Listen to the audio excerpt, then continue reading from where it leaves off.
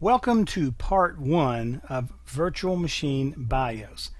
Now, just by giving you the title of the video, I've gotten a lot of your attention and a lot of you are saying, hey, wait a minute, this is exactly what I've been looking for. Yes, each virtual machine has their own BIOS, just like a physical computer does, and you can access that BIOS setup when you start up your virtual machine, just like you can when you start up a physical machine. Now, some of you are wondering, well, wait a minute, how? Because I don't even see anything flashing by up there. Well, here's the deal. I'm going to show you a little trick here in this video in part 1.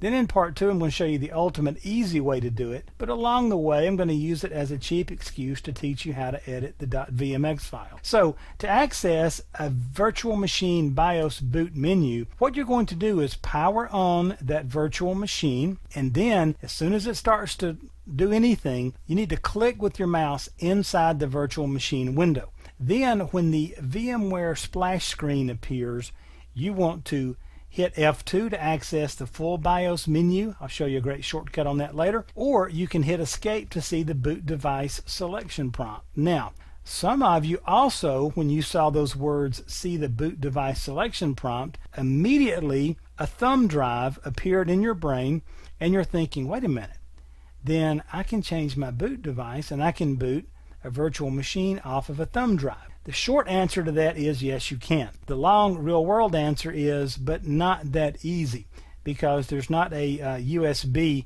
boot device mentioned in the BIOS. Now, there's a number of workarounds on this. Just go search boot virtual machine off a thumb drive in VMware, and you'll see all kind of things. Probably the easiest way to go, there is a third-party program you can download for free. It functions as an ISO file. It will basically intercept the startup, allow you to boot off of a thumb drive, and yes, you can actually carry a fully functioning computer around on a thumb drive and boot into VMware Workstation and boot up your virtual machine. Pretty wild Star Trek-y type stuff, okay? I'm not going to go into all that in this course because it's really not VMware. It's kind of hacking on VMware a little bit, and I don't want to lead you astray, and there's always new ways to come up and do things. There's going to be one cool feature to look for in the future, though, for VMware to build that into Workstation. But for now, so what are you going to do, though, if you're trying to hit the escape button or the F2 button and the splash screen either disappears too quickly or you never even really see it? Well,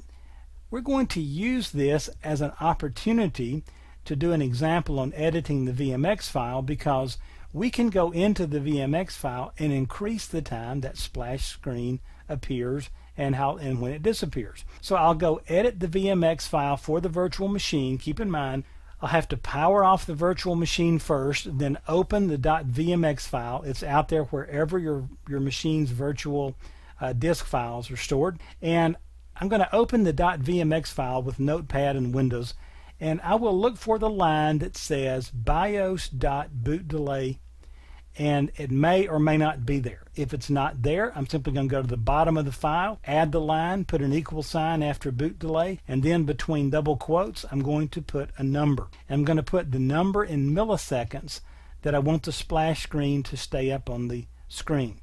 That's the length of time I want it to appear. So if I've got to put milliseconds down, then that means 5,000 milliseconds in English means 5 seconds. So if I want the splash screen to be up there for 5 seconds, I'm going to set it to 5,000. Pretty straightforward stuff, right? So what I'm going to do is, in this video here, this will be part 1, and then in part 2, going to jump out into Workstation, and we'll kind of work through all of this as a demonstration, and you can see exactly what's going on. But keep in mind, there's going to be a lot of reasons to, number one, edit that .vmx file, and you're going to run into things from time to time where you need to get into that BIOS on that virtual machine, and I'll show you how to do it the hard way and the easy way in part 2. So join me there.